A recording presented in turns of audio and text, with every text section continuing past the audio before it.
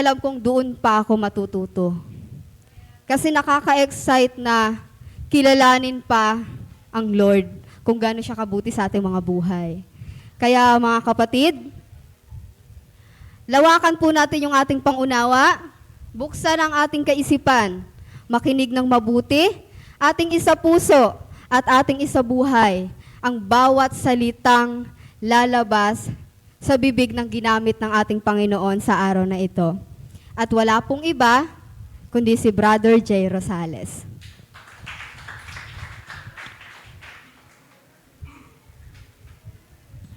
Salamat po. Praise God. Salamat, Sis Ren. Amen. So, good morning po sa bawat isa. Hallelujah.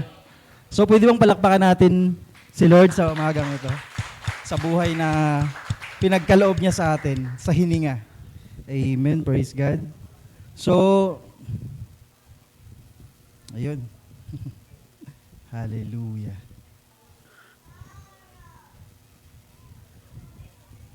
So, before we start, recap ko lang yung, kasi wala akong nung nakaraan eh.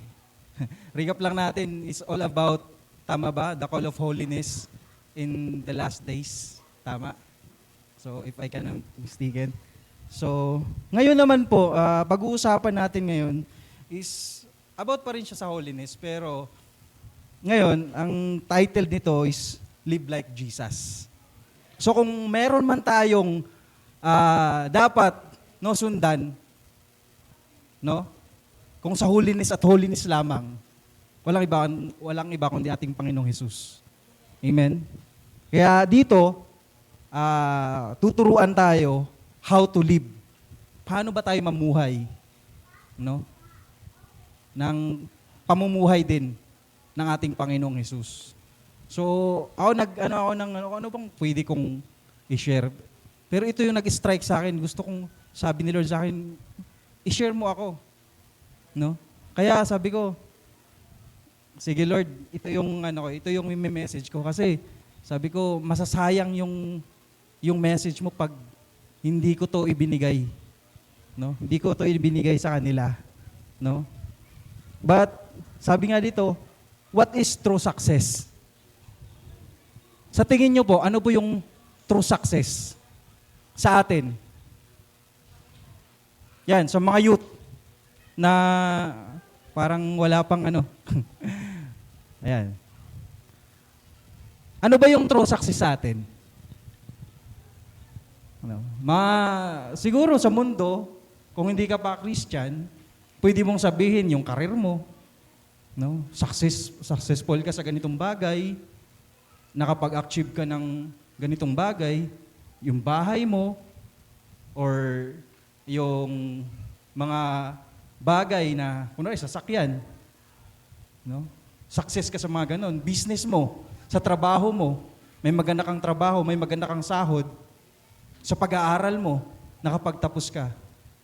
So, sa mundo, yun minsan yung nakikita lang natin, yung true success. But, pa po, ang success in biblical view. Kasi ang true success daw is knowing the will of God in doing it. Ang true success bilang Kristiyano ay ang malaman ang salita ng Panginoon at gawin ito. At isapamuhay ito. Amen? So, bilang Kristiyano, sana yun yung maging mindset din natin. Oo, wala namang problema na mag-achieve tayo or mag-aim tayo ng goal. Mag-gain tayo ng mga goal natin, career natin, trabaho natin, business natin, pag-aaral natin. Goods naman yun. Kumbaga, walang yun. Kasi gusto nga ni Lord na mag-prosper tayo. Hindi lang, syempre, sa langit, yun, prosperity talaga yun. Pero gusto rin ni Lord dito sa atin na maging prosper din tayo dito sa mundo. Kaya ayaw ni Lord ng tamad. Diba?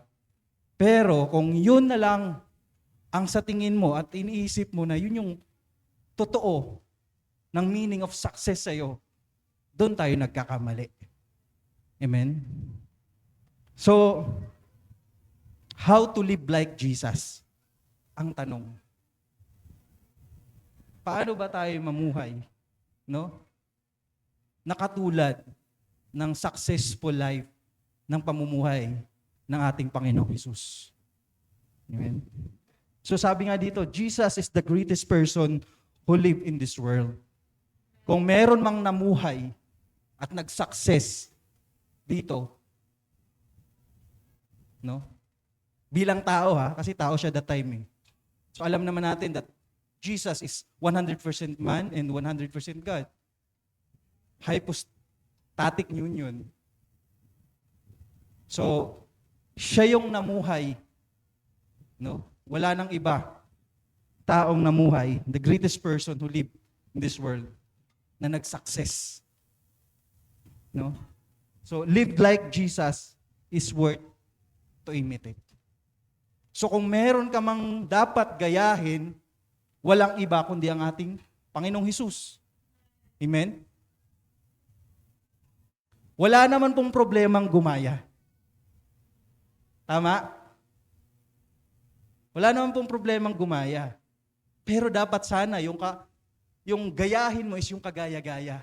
Sabi nga ni Apostol Paul, imitate me as imitate Christ. No? Gayahin natin kung ano, no? Ang paggaya niya sa ating Panginoong Hesus. No? Wala namang masama doon. No? Na gumaya tayo. Pero dapat yung ginaya mo is kagaya-gaya din. No?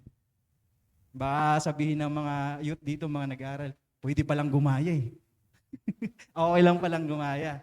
Ibang gaya yun Sa school naman, aral-aral din pag may time. Puro ka lang gaya. Pwede, sabi ni Brother Jay, pwede pa naman gumaya eh. Hindi ka na nag-aaral, gaya ka na lang gaya. Wala ka na natutunan. Amen? So, doon tayo sa tamang paggaya. Hallelujah.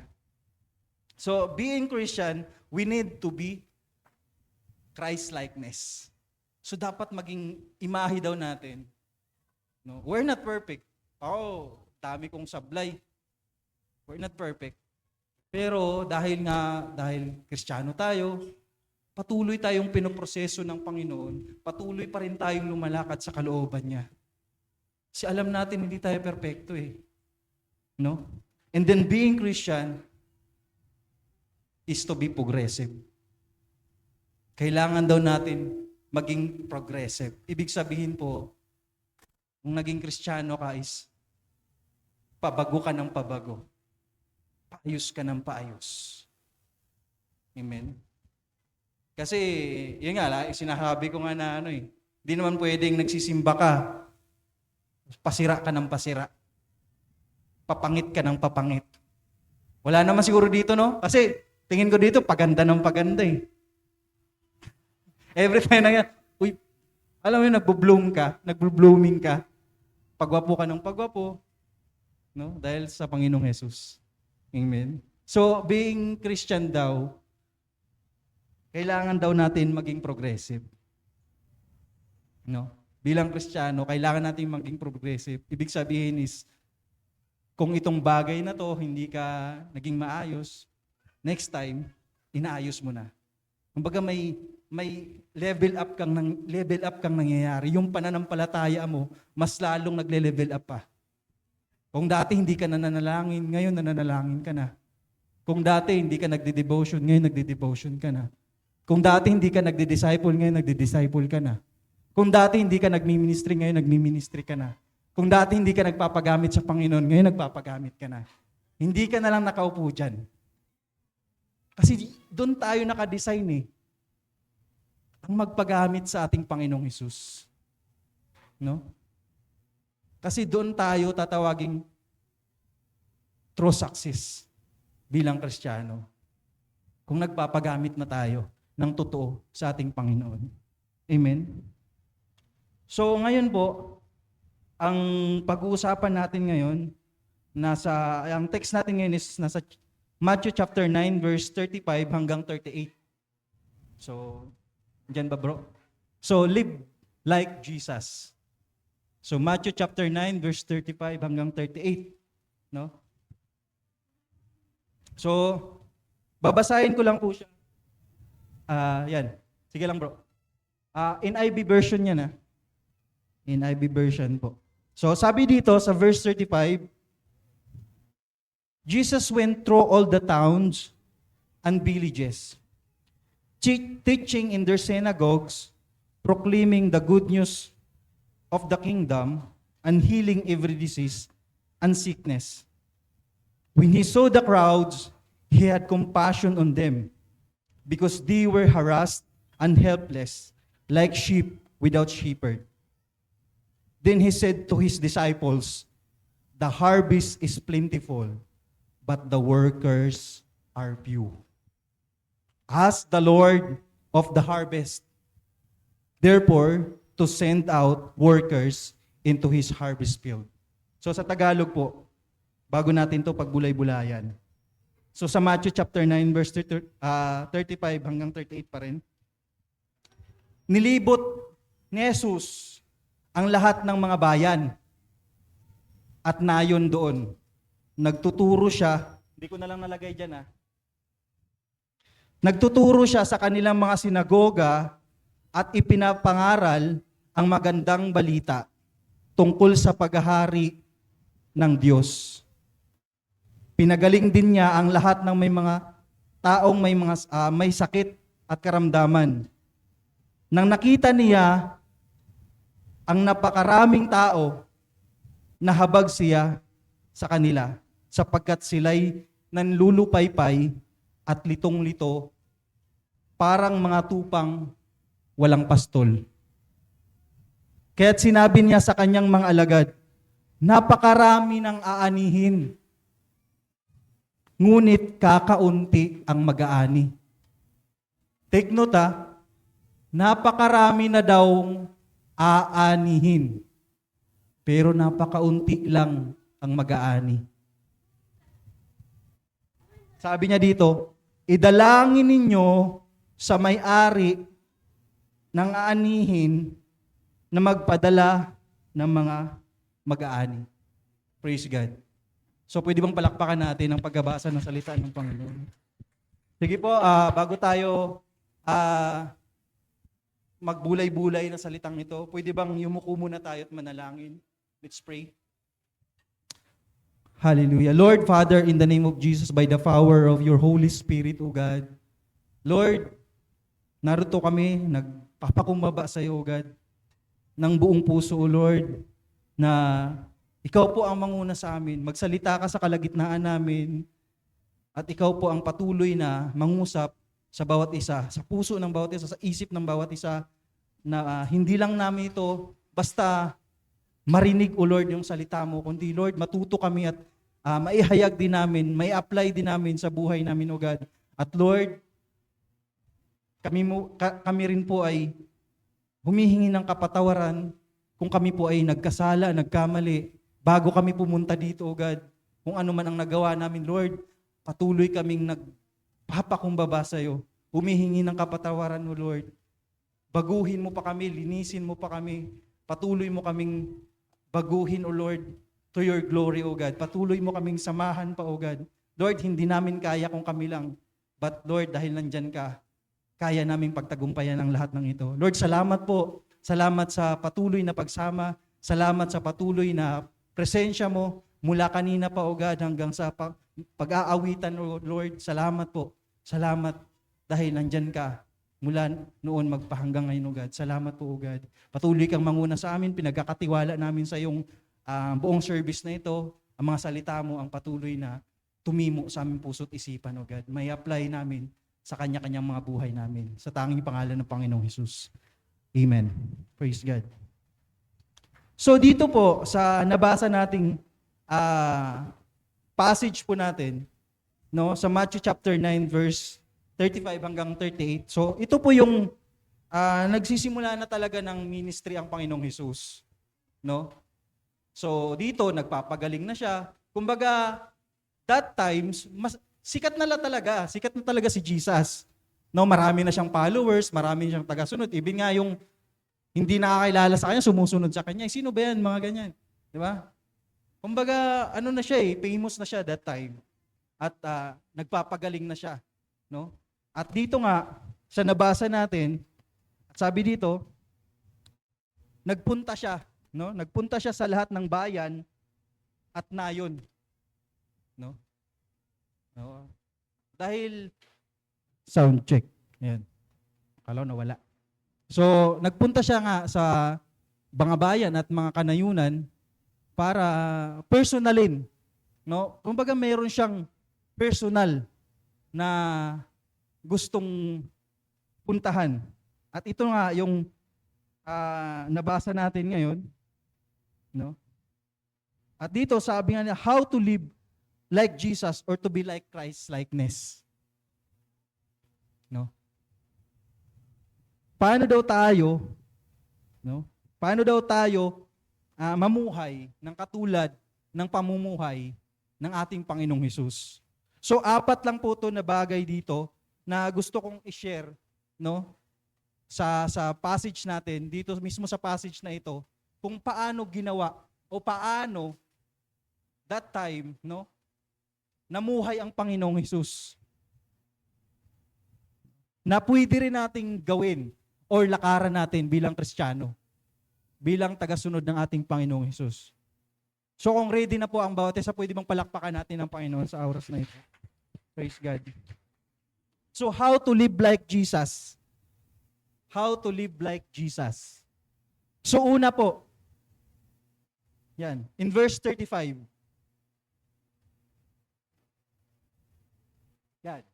So sabi diyan, Jesus went through all the towns and villages, teaching in their synagogues, proclaiming the good news of the kingdom, and healing every disease and sickness. So, unang ginawa ng ating Panginoong Hesus, unang ginawa niya, how to live like Jesus, imitate His faith. Ibig sabihin po yung faith natin, lakad. No? Sabi nga dyan, no? Ayan, naka-highlight. Jesus went through all the towns and villages. So kung meron man tayong isang gagayahin sa ating Panginoon, walang iba kundi yung lakad ng ating Panginoon. Saan ba nagpupunta ang Panginoong Hesus? Ang tanong dito, ikaw ba, saan ka ba nagpupunta? Amen? Kaya imitate His faith. So, go where Jesus went. So, sabi nga dyan, Jesus went through all the towns and villages. At ang kasunod, teaching in their synagogues. So, malinaw sa ating Panginoong Hesus na may kailangan siyang gawin. May kailangan siyang gawin doon sa pupuntahan niya. At sana ganun din po tayo. Malinaw sa'yo kung ano yung gagawin mo kung saan ka man pupunta. But ang tanong, saan ka ba talaga pumupunta? Sa kalooban ba ng Panginoon? O sa mga kalokohan? No? Saan mo ba dinadala yung mga paa mo na yan? No? Sa mga youth. Saan ba natin dinadala yung mga paa natin, yung mga lakad natin? Sana po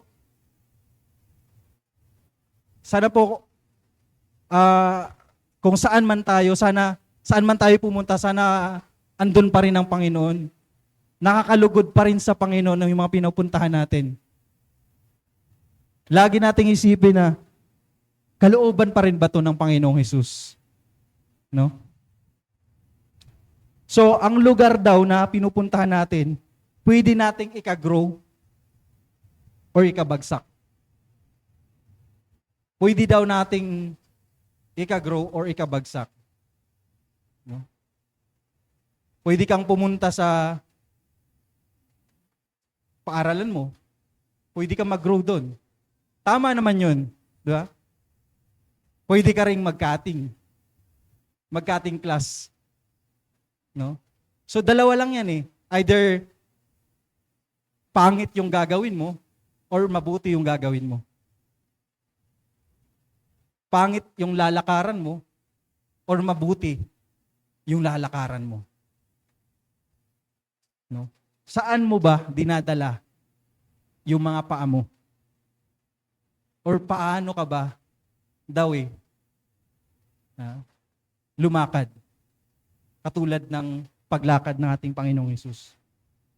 So kaya piliin natin kung saan tayo pumupunta. So pumunta daw tayo sa lugar na kung saan tayo ay mapalakas. Pumunta tayo sa lugar na kung saan andun yung presensya ng ating Panginoong Hesus. Amen.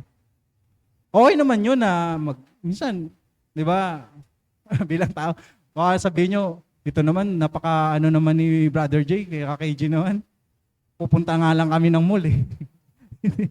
Hindi naman kami pwede. Hindi, wala namang yun. So, ang point lang natin dito, kung saan mo dinadala. No? Kung sa kalukuhan ba, o sa kabutihan. No? So, kung pumunta man daw tayo, wala tayong ibang dapat puntahan, kundi yung lumakas tayo. At andun yung presensya ng ating Panginoong Hesus. Kaya, nandito ka ngayon, kasi tama yung pinuntahan mo. Amen? Kaya nandyan ka ngayon, nakaupo ka ngayon, kasi tama yung pinupuntahan mo. At andito ang presensya ng Panginoon. Amen? Dito tayo lalakas eh. O pwedeng bigyan tayo ng kalakasan ng mundo. No? Pwede tayong, yun, totoo yun, na ang mundo mo, magbibigay din siya ng kalakasan. Pero ang mundo kasi, panandalian. Babalik at babalik pa rin tayo sa true source natin. Walang iba ang Panginoong Hesus. Walang iba ang Panginoon. Pwedeng sumandal ka sa tao, pwedeng sumandal ka sa mga bagay, pwedeng sumandal ka sa kung anong sandalan mo, na mga bagay na yan, na kumbaga, kung wala yung bagay na yun o yung tao na yun, parang kamatayan mo na rin. No? Pero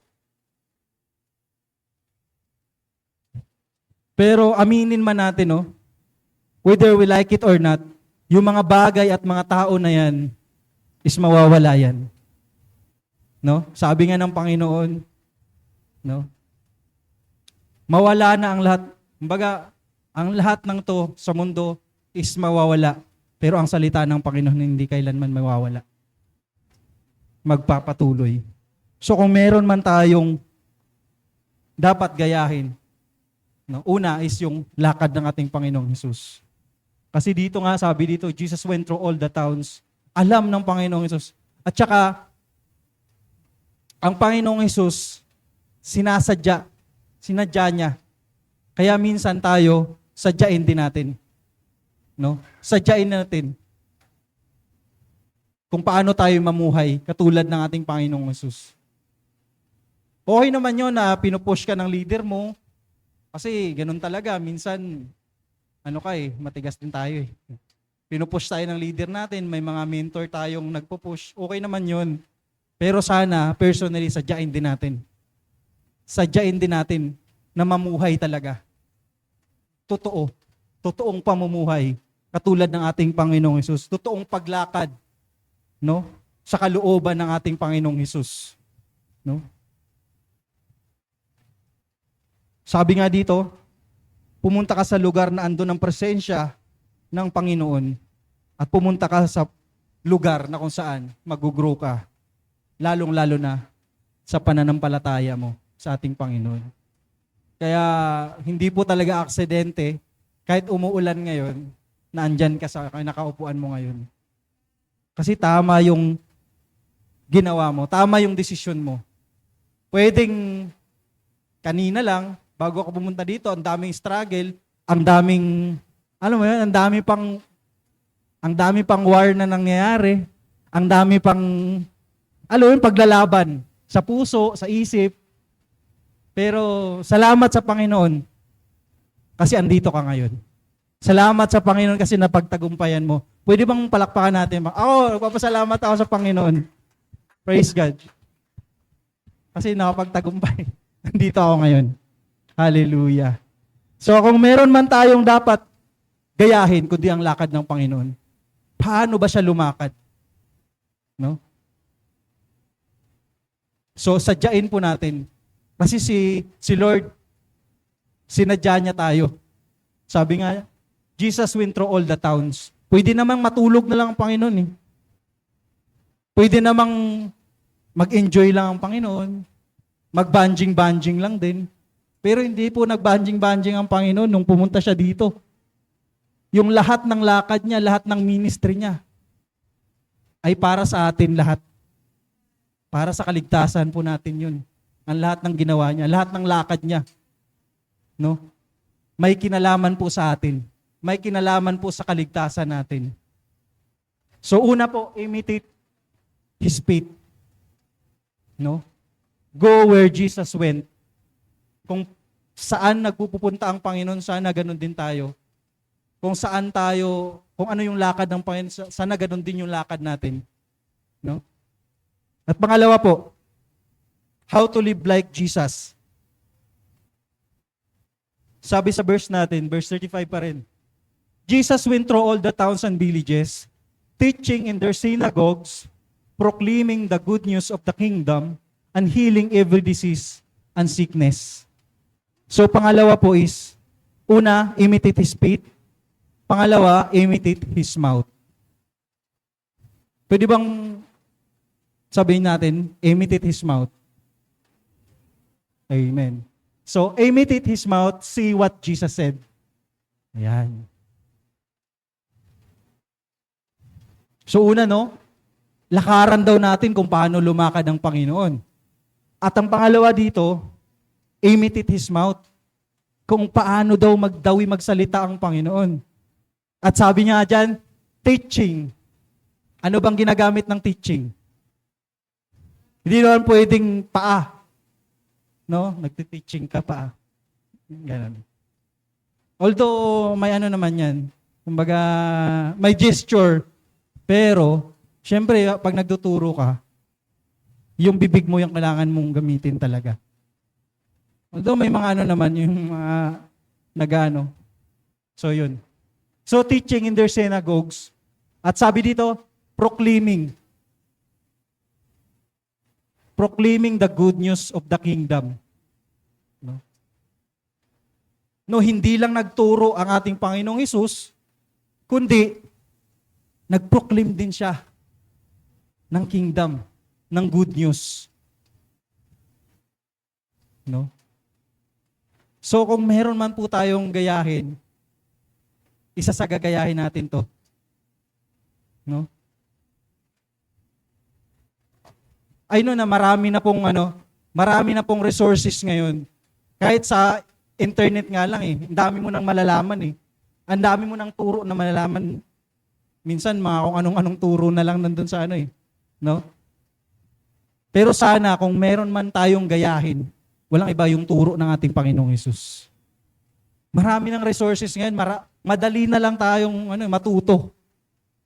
Pero sana, kung gusto mong matuto, sana yung katuruan ng ating Panginoon, yung teaching ng ating Panginoong Hesus. No? Kung mag-a-achieve man tayo sa atin, no, bilang Kristiyano. So, sa mga nag-ESOD dito, mabuhay tayong lahat. Kasi, teaching yun eh. Nasabi ko nga kahapon, na once na may tao sa'yo na nagsabi na pwede ka ba sa ganitong, available ka ba sa ganito? Tapos yung availability, na yun is para kay Lord. Kunwari, magsimba ka. Diba? Pwede bang simba tayo bukas? So, sabi ng wag mo daw hindian. wag mo daw hihindian. Basta para kay Lord. Ipanalangin mo na si Lord ipanalangin mo ang provision ng Panginoon para doon. No? Kung ano na lang, itong sa pag-aaral na lang, di ba sa pag-aaral natin, alam naman natin na gagastos din tayo, magbabayad tayo. No? Tuloy lang natin. Kasi si Lord naman magpo-provide nun eh. Magbibigay provision para sa atin. No? Hindi yung pagkasabi pa lang sa'yo, hindi, wala akong time dyan eh. Wala na talagang time. Kasi sinabi mo na agad eh. Binakuran mo na agad si Lord eh. Amen? So, wala. Hindi mo na agad na kuha yung gusto ng Panginoon. Amen? So, teaching in their synagogue, proclaiming the good news of the kingdom. At ang huli dito is healing every disease and sickness. Nagpagaling po ang ating Panginoong Jesus. No? Although may mga declaration, no, panalangin, at may iba't ibang process naman. May pinagaling nga ang Panginoong Jesus na dinuraan niya eh. Tama ba? Dinuraan niya yung ano. Hindi, sa putik naman yun. Yun, dinuraan yung mukha. Ano kaya yun, no? Hindi, putik. Dinuraan yung putik, tapos nilagay sa mukha. Tapos nakakita. So, may iba't ibang process naman. Pero, ang gusto ko lang i-point dito is yung declaration. No? Bilang mananampalataya, may power yung declaration natin. May power po yung bibig natin. Alam mo bang nakakapagpagaling ka ng pusong sawi? Pusong may pinagdadaanan. Yung advice mo pa lang nakakagaan na ng loob eh. Di ba? So powerful po yung mouth. Kaya sabi nga dito na si Lord nagpapagaling. No, gamit din na kanyang bibig. Amen?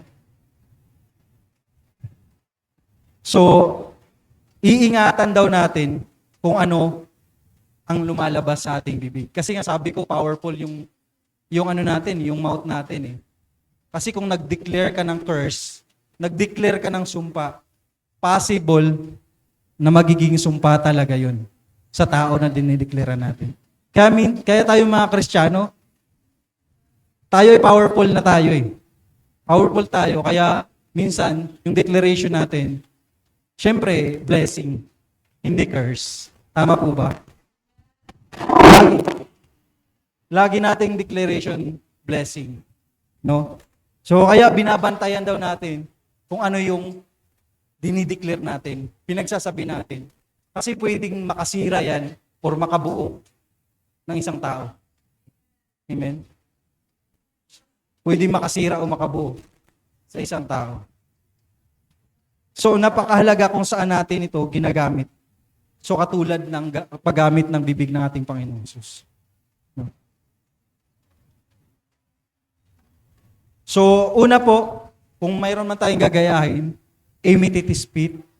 Din pangalawa po dito, imitate his mouth. No? Go where Jesus went. And pangalawa, see what Jesus said. Yan. Pangatlo po, so apat po ito. Apat po yung point natin ngayon. How to live like Jesus. Sino natuto dito? Pwede bang masabing amen? Natututo po ba tayo? Sana po natuto tayo, no? Kasi gusto ko pong makuha natin to eh. Sana po nagsimba ka na rin lang, makinig ka na, no? Ibigay mo na yung buong focus mo sa salita ng Panginoon. Kasi kailangan natin to bilang Kristiyano. Amen? Hallelujah. So pangatlo po. Pangatlo sabi diyan, when he saw the crowds, he had compassion on them because they were harassed and helpless like sheep without shepherd. Pangatlo po, imitate his eyes. No. So what Jesus says. Tingnan daw natin kung ano rin yung nakikita ng ating Panginoong Jesus. No? imitate natin, kung mayroon man tayong isang gagayahin natin or i-imitate natin, walang iba kundi yung paningin ng ating Panginoon. Paano siya tumingin that time sa mga taong tinitingnan niya? Alam mo po ba na nung hindi ka pa Kristiyano, ganyan ka tiningnan ng Panginoon?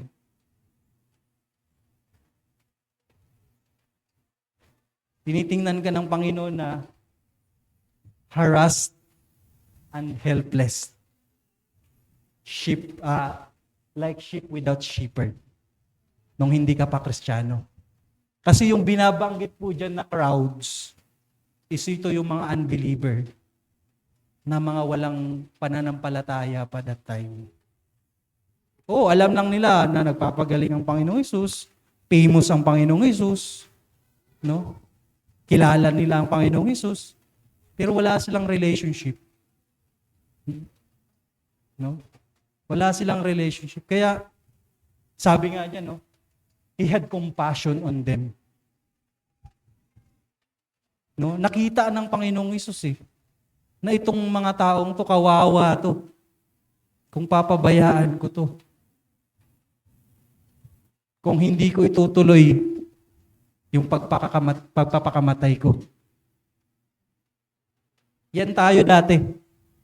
Yung crowds na yan. Nung hindi pa tayo pananampalataya. Nung hindi pa tayo believer ng ating Panginoong Hesus. Tayo yung mga harassed, helpless,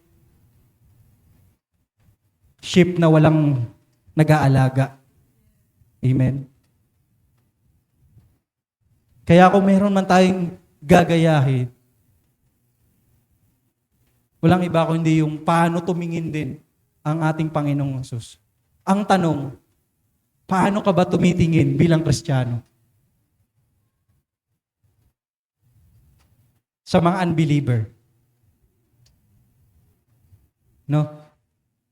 Youth, mga katatayan, mga singleness, no? Sa bawat isa, church, people of God, paano ba tayo tumitingin sa mga wala pang pananampalataya? No? Sana ma-realize natin na ikaw may Diyos ka na sa buhay. May Kristo ka na sa buhay, sa puso mo. Sana ganun din yung tingin mo sa mga wala pang Kristo sa buhay. Sa mga wala pang pananampalataya. No? Yung tingin mo, alam mo, itong taong to, kawawa to pag hindi to hindi to nakipagrelasyon sa Panginoon. Pamilya mo, no? Pamilya natin, kamag-anak natin, kaibigan natin, na unbeliever, sana ganun yung tingin natin sa kanila. Na one time, sabihin mo sa sarili mo, one time, itong mga taong to, dadalhin ko to sa church. Iwiwin ko to. Isasama ko to sa church. Ganon si Lord Ganon siya tumingin Kasi alam ng Panginoon yung dadanasin kung hindi niya gagawin yun. Gagawin yung ginawa niya sa atin bilang mga Kristiyano. At ganon din sa ating mga Kristiyano. So, sana maging sana maging kagaya natin ng Panginoong Hesus din. Kasi tayo yung kumbaga model natin ang Panginoong Hesus, napasa sa atin, so dapat din natin gawin sa iba. So paano tumingin ang ating Panginoong Hesus sa mga unbeliever? Sana bilang Kristiyano, tinawag mo na lang din Kristiyano yung sarili mo, sana tumingin ka rin katulad ng Panginoong Kristo. No? Sana tinawag mo na lang din Kristiyano yung sarili mo, sana tumingin ka na lang din katulad ng paningin ng ating Panginoong Hesukristo. Amen? Kung paano siya naawa, paano siya nagmahal. Minsan, kahit di ka mahal-mahal, mamahalin mo talaga No? Pero minsan, ganun pa naman. Kung yun pa yung taong hindi ka mahal-mahal, nung nadala mo sa church, nung tinamaan ng word, Yun pa yung yun pa yung mas lalong nagpapagamit. Amen? So, imitate His eyes. So what Jesus says. Kung ano daw yung nakikita ng ating Panginoon, sana bilang Kristiyano, ganun din yung makita natin sa crowds natin. Ibig sabihin, ito yung mga unbeliever. Pwede yung unbeliever na yan, pamilya mo mismo. Pwede yung unbeliever na yan, kaibigan mo mismo. Pwede yung unbeliever na yan, yung katrabaho mo mismo. Pwede yung unbeliever na yan is yung lahat nasa community natin. Amen? Kaya tingnan natin. No? So, mamaya, i-ano pa natin. I-expose pa natin yan. So, imitate His eyes. No? Dito makikita natin na tinitingnan talaga ng Panginoon na nangangailangan tayo ng kaligtasan. Kasi kung hindi nagpakamatay ang Panginoong Hesus, sure din yung kaparusahan natin. Sure din yung eternal death. Amen? So, una, how to live like Jesus. Una po, imitate His feet. No? Go where Jesus went. So, kung ano yung lakad ng Panginoong Hesus, ganun din sana lakaran natin. Pangalawa, imitate His mouth. See what Jesus said. Kung ano ang declaration, kung paano magturo, sana ganun din tayo. No? Ganun din tayo mag-share. Hindi lang, pwede naman yung, syempre, bata ka pa sa pananampalataya, syempre, nag-gain ka pa ng aral. Pero sana, hindi lang ganun. Nag-level up ka rin. Once na, sana ma-share mo rin ang Panginoong Hesus. Sana ma-share mo rin yung kabutihan ng Panginoong Hesus balang araw. Hindi yung nakaupo ka lang dyan. Amen? Praise God. Sabi nga, dapat progressive tayo bilang Kristiyano. Pa-level up tayo. Hindi yung paurong. Amen? Praise God. So, pangatlo po, imitate His eyes. So what Jesus says. Kung ano yung nakikita ng ating Panginoong Hesus, sana ganun din yung makita natin sa mga crowds na nangangailangan, sa mga unbeliever na nangangailangan ng kaligtasan din katulad natin dati. Amen. At panghuli, and last, sino masaya last na? Pwede bang palakpakan natin ang Panginoon? Last na eh. Hallelujah. Wala pa namang time. Wala pa namang timer. So, pang-apat, yan. Verse 36, when He saw the crowd, He had compassion on them because they were harassed and helpless like sheep without shepherd. Pang-apat po, imitate His heart. No? Nung nakita ng Panginoong Hesus yung crowds, nung nakita ng Panginoong Hesus yung mga makakasalanang tao, sabi diyan, He had compassion on them. No? Imitate His heart. Feel what Jesus felt. Feel kung ano yung naramdaman that time ng ating Panginoon. So sana maramdaman din natin. Ayan kitang-kita naman, He had compassion on them. Kasi nakita niya, kaawa-awa tong mga to. Kung hindi ako magpapakamatay dito, wala to. Kaya nga sabi ko, ang ultimate solution ng ating Panginoon, walang iba yung kamatayan niya. No? Ang ultimate solution ng ating Panginoon, kundi ang kamatayan niya. Sinolusyonan na tayo ng Panginoon. Walang iba kundi yung pagpakamatay niya sa krus ng Kalbaryo. No? Kaya nga sabi natin, tagumpay na tayo. Kailangan na lang tayong sumama sa katagumpayan niya. Kasi pinagtagumpayan na ng Panginoong Hesus ang kamatayan. Although mamamatay pa rin tayo, physically. Kasi hindi naman to perfect. Kasi papalitan ng perfect body. Glorified body. No? At yun yung ini-aim natin. Na yun yung maranasan natin in the future. Amen? Praise God. Feel what Jesus felt. So wag nating sabihin na, mahal mo si Lord, pero hindi mo mahal ang tao. Or hindi mo mahal ang mga tao. Hindi mo mahal yung crowds na yan.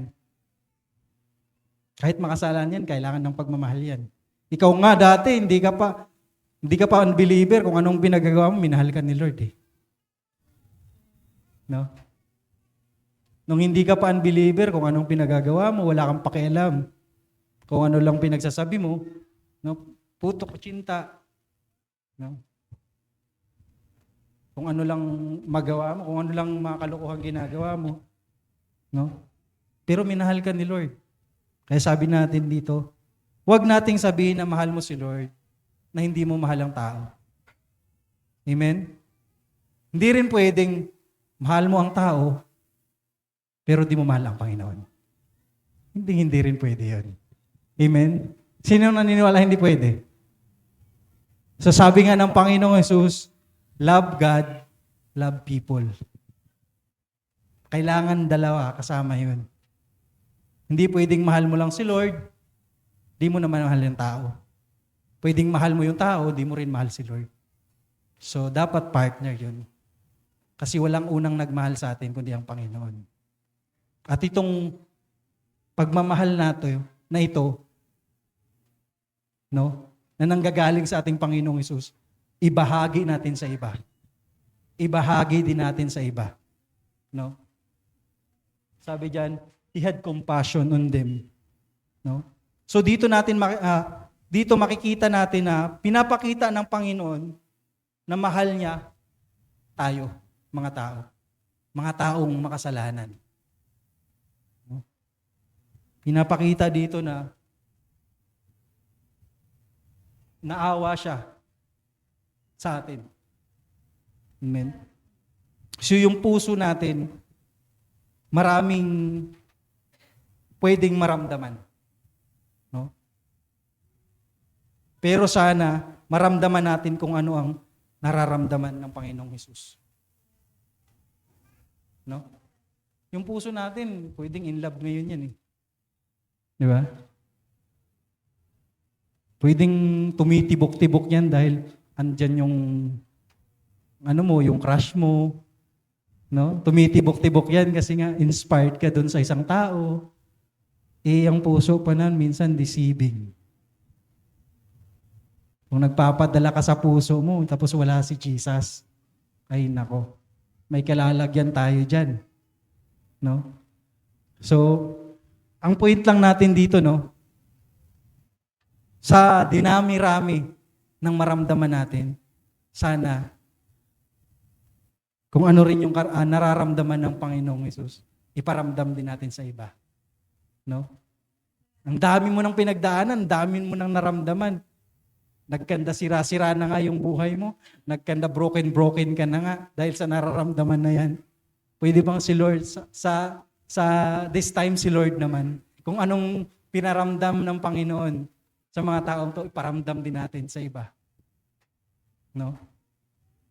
Pwede kasing iparamdam ng mundo yung mga bagay na panandalian. Pero yung iba, pag si Lord yung nagparamdam sa atin. Iba, pag si Lord yung nagmahal sa atin. Iba yung awa ng Panginoon, ang compassion ng Panginoon sa atin. No? Sabi nga dito, pwedeng ang kamay natin maraming hawak ng mga bagay or material na bagay, pera, no? Kayamanan. At pwede rin yung isip natin is maraming information or yung intellectual natin. Marami tayong kaalaman. Pero puro kamunduhang kaalaman lang. Pero kung empty naman yung puso natin, useless ang lahat. Magiging useless daw ang lahat. No? Pwede kang may mga ganitong bagay, pwede kang success ka sa ganitong bagay, may malaking ang bahay, may sasakyan ka, business mo, no? Tapos matalino ka pa. Pero kung yung puso mo empty naman sa Panginoon, useless ang lahat. Amen.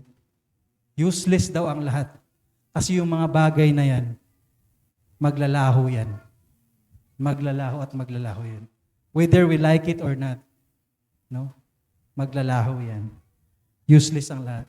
Pero kung andyan ang Panginoong Hesus sa puso natin, no? Pang-eternity. Pang-eternal life. Amen. Pwede bang palakpakan natin ang Panginoong Hesus? So dito na po ako magtatapos. So, sige bro. Meron pa ata? Meron pa ba? Okay, unin natin. Busin natin yan. So, yan. Huwag muna. Sige, yan. Ano muna? Atras mo muna konti. Yan. We have 4 investment people we can do. So, dito na po ako magtatapos. Una, yung home. Pangalawa, head. At ang pangatlo, health. At ang pang-apat ay harvest. Sige bro, next slide. So, sabi niya sa 37 hanggang 38, sabi niya gusto ko makuha natin to. Sana po makuha natin. Magkaroon tayo ng wisdom, kaalaman dito. Sabi diyan, then he said to his disciples, the harvest is plentiful, but the workers are few. No? So sinabi niya sa mga disipulo niya, mga alagad niya, na ang harvest, ang dami. Ang daming harvestin. Ngunit, ang workers, kunti lang. Sino naniwala kunti pa lang tayo, mga Kristiyano? Dami pong harvestin doon, no, sa labas. Dami pang unbeliever. No? Sana po makuha natin to. Verse 38. Sabi dito, ask the Lord. Sa Tagalog dyan is panalangin mo sa Panginoon. Ask the Lord of the harvest. Therefore, to send out workers in His harvest field. No? Sabi dyan, ipanalangin mo, no, sa Panginoon ng harvest na magpadala siya ng mga workers pa. No? So, tayo bilang Kristiyano, sana po malinaw sa atin na may responsibilidad tayo dito sa harvest na to. Hindi ka tinawag na Kristiyano para umupo lang tayo, para makinig lang tayo. Kasi ang tinutukoy dyan, to ask the Lord, no, to send out workers, tayo yun. At kailangan natin mag-send out para yung mga i-harvest na yan, ma-harvest din natin, at sila din, mag-harvest din. Amen? So, send out workers into harvest field. So, bakit ko nalagay yan? They have 4 investment people we can do. So, una po, home. So, kung meron man tayong pag-i-investan, home, ibig sabihin po yung shelter. Ibig sabihin yung safety and security natin. So, bilang pamilya, di ba? Siyempre, gusto natin ng bahay. May bahay tayo, na pwede nating matirhan. So, nag-i-invest tayo doon. So, pinapaganda natin. Tama po ba? No? Bilang pamilya. At even kahit hindi ka, yung wala ka pang pamilya. Di ba? Pag nangungupahan ka, mag-i-invest ka talaga. Magbabayad ka ng bahay. No? So, yung home dito, okay naman po yan na mag-invest tayo. Wala pong masama. No?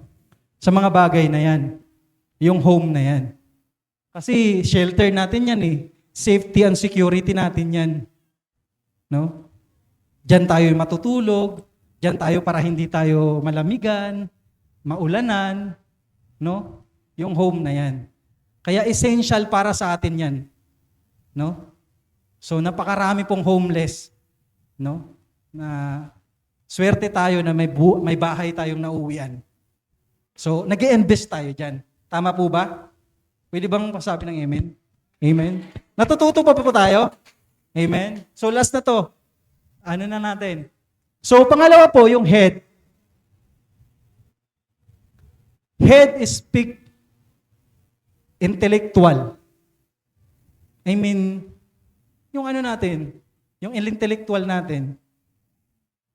Kaya ka nag-aayot, kaya kayo nag-aaral, kasi nag-i-invest ka na matuto.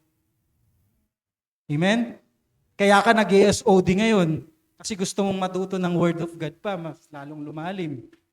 Kaya ka nanonood ng mga anong tutorials, kasi nga gusto mong matuto. So, lahat yan mapupunta sa head natin. Siyempre, kaalaman natin. Tama po ba? Yeah. Yung head natin. So, nag-i-invest tayo doon. Minsan nga, yung iba nga, nag-i-invest sila, magkaroon lang ng mentor, 100,000 per month para lang matuto. May mga trainings na araw lang, 10K isang araw, babayaran nila, para lang matuto sa isang bagay na yun. Diba, milyon pa nga binabayaran eh, para lang matuto. Ganun sila mag-invest sa intellectual nila. Ano yun, yung kaalaman nila. So, investment. Okay din po yan, no? Okay din po yan, essential yan sa atin bilang tao. Na matuto tayo, mas marami pa tayong malaman, no? Lalo na sa Word of God, no? Bilang tao. At pangatlo po, health.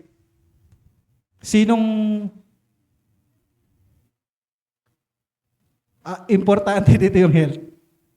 Wala po tayong ibang puhunan, kundi yung health natin. Kaya kung meron man tayong isa din sa pag-i-invisan natin, walang iba kundi yung katawan natin. Kasi kung bumigay yung health na yan, wala na. Kung may pamilya ka, tapos ikaw lang nagtatrabaho, tapos bumigay yung katawan mo na yan, sino pa magsusupport sa pamilya mo? Kaya nga, nagbabitamins ka, inaalagaan mo sarili mo, umiinom ka ng gamot pag nagkakasakit ka, no? Nananalangin ka sa Panginoon, Lord, pagalingin mo po ako. Di ba? Investment yan eh. Nag-exercise ka, simula ka ngayon, no? Yung ano mo, yung year-end ano mo, yung nag-ano ka? Year's resolution? Mag-diet na ako. Investment yun eh. Magpapagal ka doon, mag-i-invest ka talaga, tapos day 1.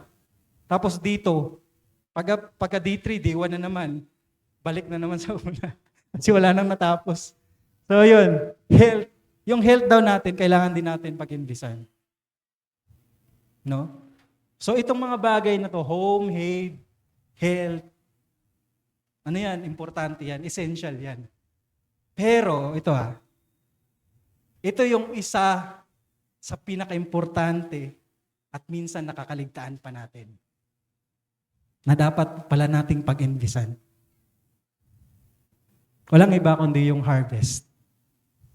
At ang sabi sa passage natin na yan, then he said to his disciple, the harvest is plentiful but the workers are few. No? Isa siya sa pinaka-importante sa lahat. Importante yung home. Importante yung home. No? Importante yung head. Importante yung health, mas lalo na. Pero isa sa pinaka-importante diyan, yung harvest. Bakit ko po sinasabi na importante yung harvest? Tanungin niyo po ako bakit. Parang panding, pangit. Bakit? Bakit? Kasi yung home, material lang yan. Dito lang yan sa mundo. Yung head, pwedeng dito lang din yan sa mundo. Yung health, lalo na, we are not perfect. Pero yung harvest, alam nyo po, i-impact niyan hanggang langit. Amen. Pwede bang palakpakan natin ang Panginoon? Kasi pag nag-harvest ka, may iniipon ka sa langit. Kaya hanggang langit yung harvest. Hindi ka lang nag-iipon dito, hindi ka lang nag-i-invest dito, kundi nag-i-invest ka rin sa Panginoong Hesus. Nag-i-invest ka sa langit. No? So gusto ko lang din yung serve like Jesus. Kasi yun yung ano ko mamaya. Serve like Jesus. No, pag nagsiserve din tayo sa Panginoong Hesus, ang impact din nun, panglangit. No? So, importante yan na home, head, health. Pero yan, sa mundo lang yan. Pero yung harvest dito, hanggang langit yan. Kaya nga sabi ng Panginoon, huwag kang mag-ipon ng mga bagay dito sa mundo kasi masisira yan. Mag-ipon ka yung mga bagay na panglangit. Kaya yung harvest mo, yung pagpapagal mo sa ministry na yan, yung pagdi-disciple mo, yung pagtuturo mo, pag-share mo ng salita, kitang-kita ng Panginoon yan kasi part of the harvest yan. Amen? Parte ng harvest yan. Tinitingnan niya ng Panginoon, o nak, may points ka na naman sa langit. O 2 points ka na sa langit. Natatawa yung iba. Di ba? Kumbaga may points po yan sa Panginoon. So, hindi po yung ginagawa natin sa Panginoon, hindi po siya masasayang. Kasi panglangit po yan. No? Harvest. So, sana po, kung meron man tayo, pwede naman po. Wala naman problema. Yung home, pagandahin natin. No?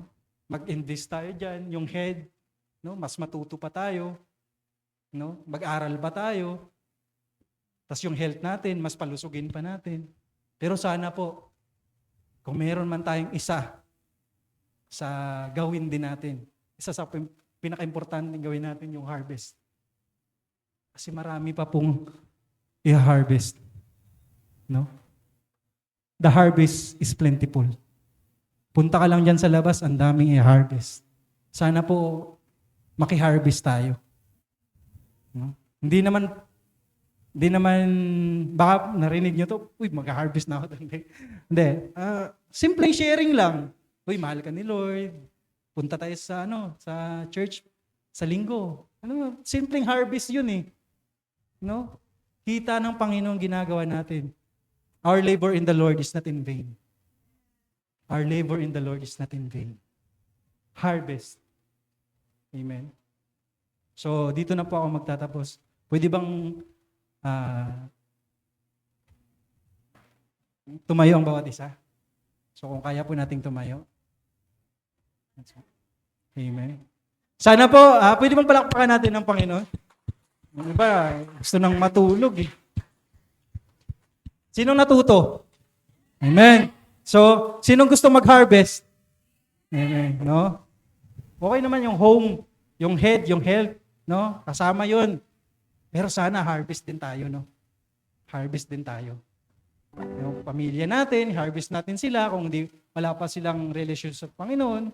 Kaibigan natin, harvest natin sila. No? Kaibigan natin, harvest natin sila. Hallelujah.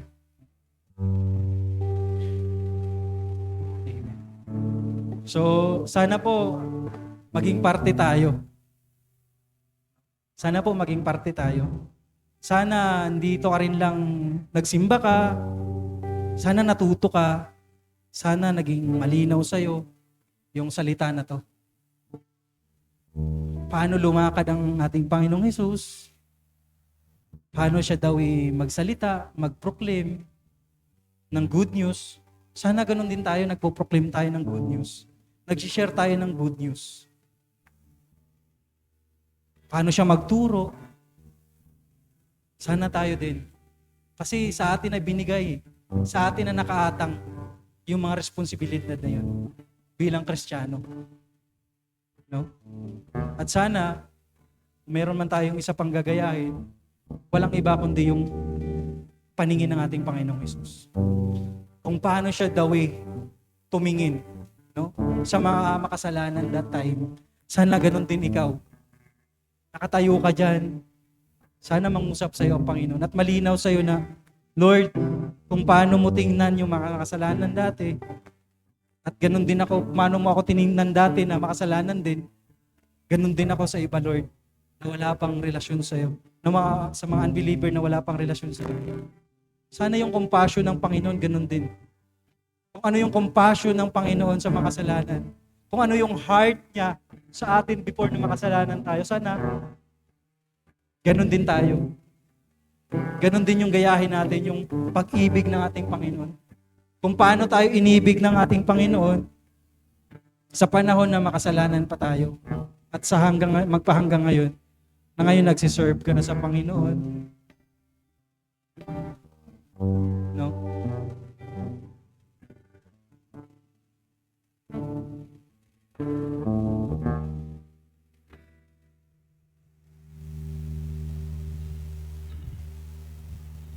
Hallelujah. Tundan mo lang sa Panginoon.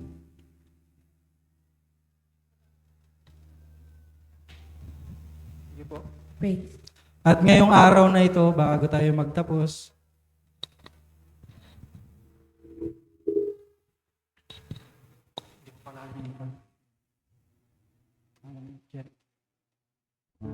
sige po. Bago tayo magtapos, bago tayo manalangin, Praise. Praise.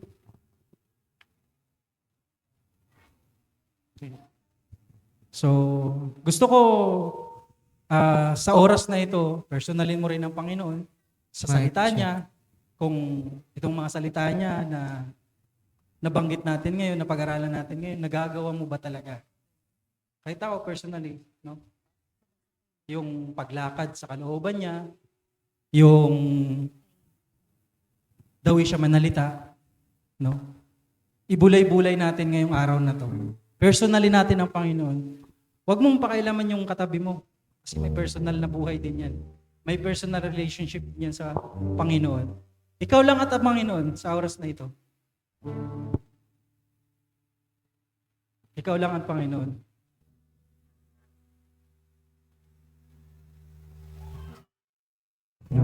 Personalin mo ang Panginoon sa oras na ito. Kung nagawa mo ba yung kalooban ng Panginoon, yung lakad ng Panginoon, kung daw siya manalita, daw siya tumingin, daw siya yung heart niya magparamdam, no? Encounter mo ngayon ng Panginoon. Ako naniniwala ako na the presence of the Lord, the Holy Spirit is here right now. Andito ngayon. Kailangan mo lang talaga siyang isik, kailangan mo lang talaga siyang personalin ng buong puso sa espiritu at katotohanan. Sige. Bibigyan ko po kayo ng kahit 1 minute lang po, 1 minute lang na personalin mo ang Panginoon, manalangin ka, kung kailangan kang gustong sabihin sa Kanya, personalin. Amen. Manalangin ka. So, bago ako manalangin, ikaw muna at ang Panginoong Hesus. Bago tayo manalangin at magtapos sa gawain natin ito, ikaw lang at ang Panginoong Hesus, personalin mo siya. Sana maging totoo ka. Kasi ang Panginoong Hesus naging totoo siya sa atin. Naging totoo siya sa atin. Amen. At bago tayo manalangin, kung sino man dito na tingin mo may lagi kang sinasablay, may nagagawa kang kaparing mga kasalanan, although patuloy ka pa rin sumusunod sa Panginoon, pero alam mo yun, sumasablay ka pa rin sa mga ganung bagay. Tapos, tila ba parang ang layo mo na sa Panginoon kasi dahil nga sa sablay, dahil nga sa kasalanan na paulit-ulit na lang. Pwede bang ihingi mo ng tawad yan? Ihingi natin ng tawad sa gabi, sa oras na ito, sa araw na ito, sa oras na ito. Personally mo ang Panginoon. At kung sino man dito na first time or tingin mo sa sarili mo, wala ka pa talagang personal na relationship sa ating Panginoon. Pwede personally mo ang Panginoon. Mananalangin tayo. But this prayer, gawin mong personal. Pwede niyong sabayan ito. na buong puso mong sasabayan at maging totoo ka sa Panginoon. Sa araw na ito, personalin mo siya. Kung kasalanan man yan na gusto mong ibigay, kung mga struggle man yan, mga pagsubok man yan, karamdaman man yan, o anumang nakakagulo sa isip mo, bigay mo sa Panginoon, bigay natin sa Panginoon. Nandito tayo para magsuko na kung anumang dala-dala natin sa mundo. No? Bigay natin sa Panginoon. Wala na tayong ibang pagbibigyan ito ng mga bagay na to na pwedeng ikasira natin. Bigay lang po natin sa Panginoon. Kailangan lang talaga natin isuko sa Panginoon, sabihin sa Panginoon. Promise keep light in the darkness, my God, that is who you are. Waymaker, miracle worker, promise keep light in the darkness, my God, that At ngayon po, mananalangin po tayo. Manalangin po tayo ng declaration at at the same time, acceptance sa ating Panginoong Yesus. So kung ikaw tong tao na kailangan mo talaga ng personal relationship sa ating Panginoong Yesus, at ikaw tong tao na parang, Lord, nalalayo na ulit ako sa iyo. Lord, nagsisimba naman ako, pero Lord, bakit di kita pa rin nararamdaman? Lord, bakit para ang layo-layo ng presensya mo sa akin?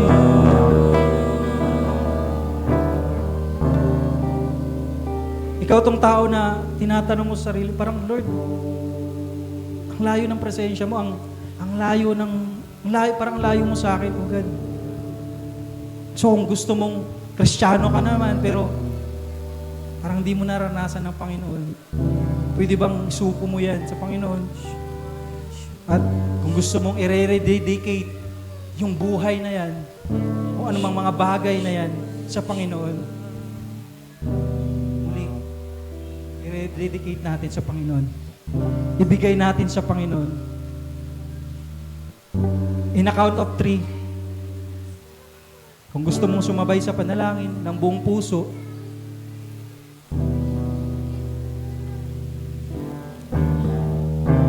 personalin mo, Panginoon. Sabayan mo ako sa panalangin. Sabihin mo sa Panginoon. In the count of 3, pwede mong itaas yung kamay mo or personalin mo ang Panginoon. Bilang po ako ng 3. 1, 2, 3. Pwede bang, kung ikaw tong tao na to, na gusto mong isuko or i-rededicate yung buhay mo or yung kung anumang mga bagay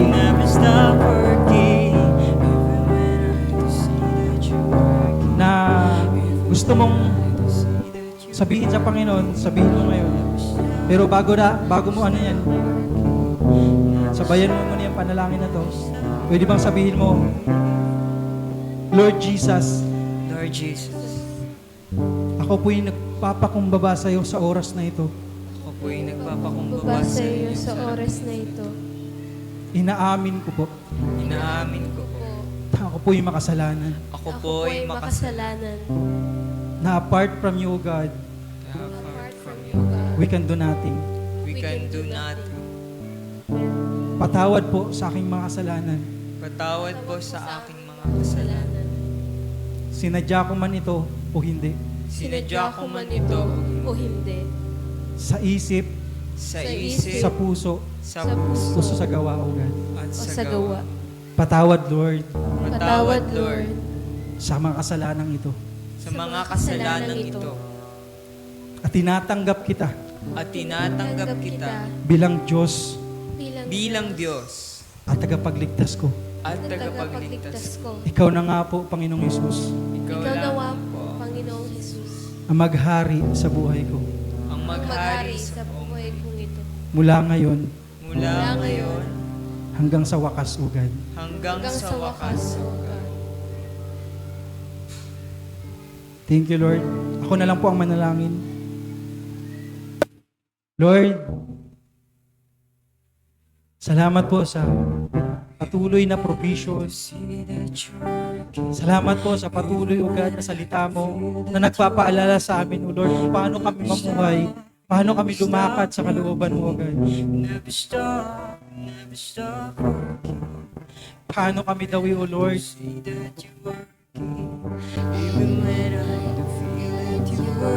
paano kami dawi magsalita, O God, to share your gospel, to imitate His eyes, to imitate your eyes, O God, sa buhay namin. Kung ano yung paningin mo, sana ganun din yung paningin namin sa iba. Kung paano ka nagmahal, sana ganun din yung pagmamahal namin sa iba, lalo-lalo na sa mga kasalanan ng mundong to, O God. Sa mga taong makasalanan, O Lord. At Lord, magpapagamit kami sa iyo, O Lord. Bilang Kristiyano, hindi na lang kami Kristiyano ngayon na magsisimba na lang at uuwi. Kundi Lord, magiging Kristiyano ko sasabay sa harvest mo. Mag-harvest din kami. Pamilya namin, kamag-anak namin, mga mahal namin sa buhay, O God. Kaibigan namin sa trabaho namin, O God. Lord, gamitin mo pa kami, O Lord. Gamitin mo ang bawat isa, O God. Dahil yung harvest na ito, yung impact nito, hanggang eternity, hanggang langit. Ikaw na nga po ang gumamit sa amin. Ikaw na nga po ang maghari sa buhay namin.